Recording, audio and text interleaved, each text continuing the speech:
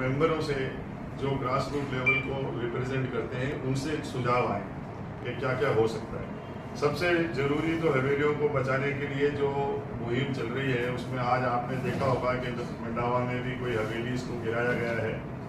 उसके संदर्भ में भी हम कुछ बातें गवर्नमेंट के सामने रखना चाहते हैं कि अगर कोई हवेली ऐसी है जो डेंजर हालत में है और उसमें सरकार को लगता है कि इससे नुकसान हो सकता है, तो सबसे पहले तो आप ये चेक करें कि क्या वो हेरिटेज लिस्टेड हवेली है या उसकी लिस्ट में क्लासिफाइड हवेली नहीं है। वो बहुत ज़रूरी है। अगर वो क्लासिफाइड है तो वो जंजर कैसे हुई, किसने उसको देखा नहीं, चाहे वो नगर पालिका हो, सरकार हो, चाहे वो ओनर हो। और नोटिस देने की प्रक्रिया सरकार बना रही है कि सरकार नोटिस देगी मालिकों को कि आप इसको देखभाल करें, ठीक करें। अगर आप नहीं करते तो उसमें वो कोई पॉइंट लाना चाह रहे हैं कि फिर सरकार उसमें से क्या करेगी। अगर सरकार उसको टेक ओवर करती है तो किस तरीके से कर सकती है। क्या उसको मालिक ये कहता है कि मैं सरकार को दे रहा हूँ, उसमें कुछ कंडीशंस होगी कि भाई मैं दे रहा हूँ पर इसमें सिर्फ म्यूजियम बन सकता है, कोई आर्ट सेंटर बन सकता है, कल्चरल सेंटर बन सकता है। तो ये सारी चीज़ें ये डिस्कशन में है। यूडीएच मंत्री और सारे के सारे टूरिज्म मंत्री बैठ करके इसके ऊपर चर्चा कर रहे हैं। और ख़ास तौर से हम अब ये भी कहना चाह रहे हैं कि जो आज हुआ है वो एक जरिया भू माफिया का बन जाएगा, इसलिए हम उस चीज़ को भी सामने कहना चाहते हैं। अगर कोई आदमी मालिकों से ये कह दे कि आप जवाब ही मत दो नोटिस का और ये हवेली को टूटने दो, और सरकार ने उसको तोड़ दिया और उसके बाद उसने वो ज़मीन बेच करके वहाँ कॉम्प्लेक्स बना दिया, तो सारी हमारी जो मेहनत है वो बेकार हो जाएगी। तो उसके लिए भी कानून के अंदर कुछ आना चाहिए कि अगर वो हवेली टूटी है, लिस्टेड हो या नहीं हो, जो भी उसमें है, तो उस जमीन के ऊपर अगर रिकंस्ट्रक्शन होगा तो वो हेरिटेज लेवल का होगा। ये नहीं कि उसमें आप कोई कॉम्प्लेक्स बना के और मॉडर्न दुकानें बना। तो ये सारी चीज़ें हम उनके सामने रखेंगे। जो अभी बातें आई अंडरग्राउंड बिजली की वो रखेंगे, उसको भी हम बताएंगे बिजली बोर्ड के लिए भी। और वर्कशॉप्स चालू होनी चाहिए यहाँ पर लोगों को सिखाने के लिए। स्कूलों का एक कार्यक्रम है कि स्कूल के अंदर विरासत का सब्जेक्ट आना चाहिए। राजस्थान बोर्ड में खास तौर से जो अपने सरकार के हाथ में है उसमें एक विरासत का सब्जेक्ट आना चाहिए और वो सब्जेक्ट अपने स्कूलों में चालू होना चाहिए। तो इस प्रकार की सारी बातें हम सरकार के सामने रखेंगे।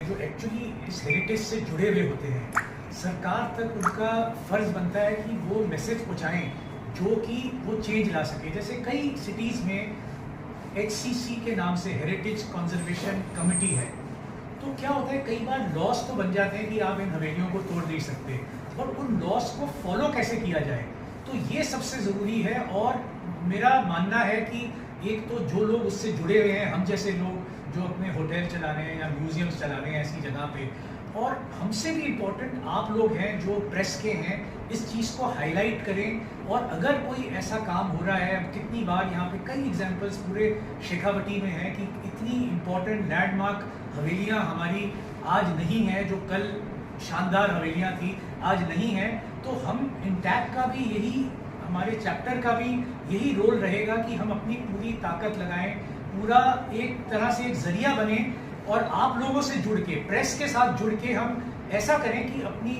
विरासत को, अपनी हेरिटेज को हम बचा पाएँ।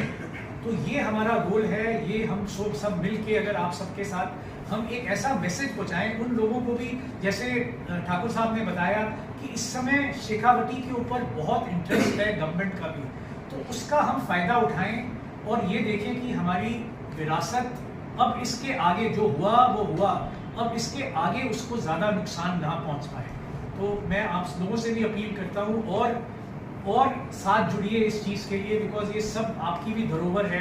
हम सब मिलके, और जो मेंबर्स हैं, आज जैसे हमारी मीटिंग हुई, कितने नए नए आइडियाज़ आए, कितनी सजेशंस आए, हम सब मिलके एक ऐसी चीज़, एक ऐसा प्रेजेंटेशन दें कि ये हमारे इस शेखावटी की ज़रूरत है और वो आज गवर्नमेंट उसको करने के लिए इंक्लाइंड है, वो करना भी चाहती है और ये इस हेरिटेज को बचाना भी चाहती है। तो बड़ा अच्छा मौका है हम सबके लिए।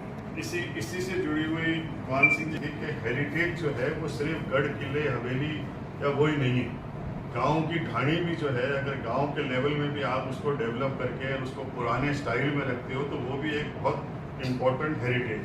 तो आपसे भी आइडियाज लेकर के वो भी हम वहाँ उस मीटिंग में आगे रखना चाहेंगे। नहीं, हमारी मीटिंग में एक बात था, उनको भी सबको पुनर्जीवित किया जाए और संरक्षण दिया जाए, बिल्कुल, जिससे पूरी एक श्रृंखला बने। और उसके लिए टूरिस्ट भी आए।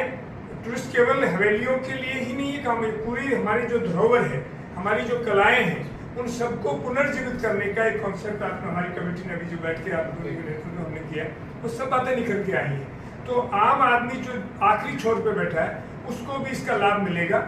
इसकी पूरी कार्य योजना बनाई गई। और उनकी इच्छा थी कि मैं झुंझुनू में आऊँ और उनका हम नवलगढ़, मंडावा, आसपास के जितने भी हमारे गांव हैं उनका हम एक विजिट भी उस वक्त रखेंगे। और वो खुद भी जब आएंगे तो वो इस चैप्टर का ऑफिशियल इनॉग्रेशन कैसे होता है, अपनी वहाँ के इंटेक की टीम को लेके आएंगे, अलग अलग डिपार्टमेंट के हेड को लेके आएंगे और वो करेंगे। तो वो हम नवरात्रों के टाइम उसको तय करेंगे।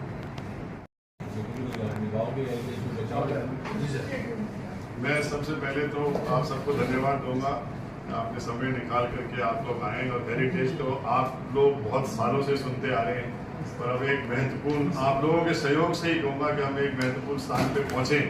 आप लोगों की जो पब्लिसिटी रही है उसकी वजह से हम इसी स्थान पे आज पहुँचे और आगे उम्मीद है कि आप लोगों का सहयोग हमें मिलता रहेगा। अभी शॉर्ट में मैं आपको ये बताऊं कि शेखावाटी का आप सभी जानते हैं कि इस वक्त सरकार जो है वो पूरा शेखावाटी पे कॉन्सेंट्रेट कर रही है।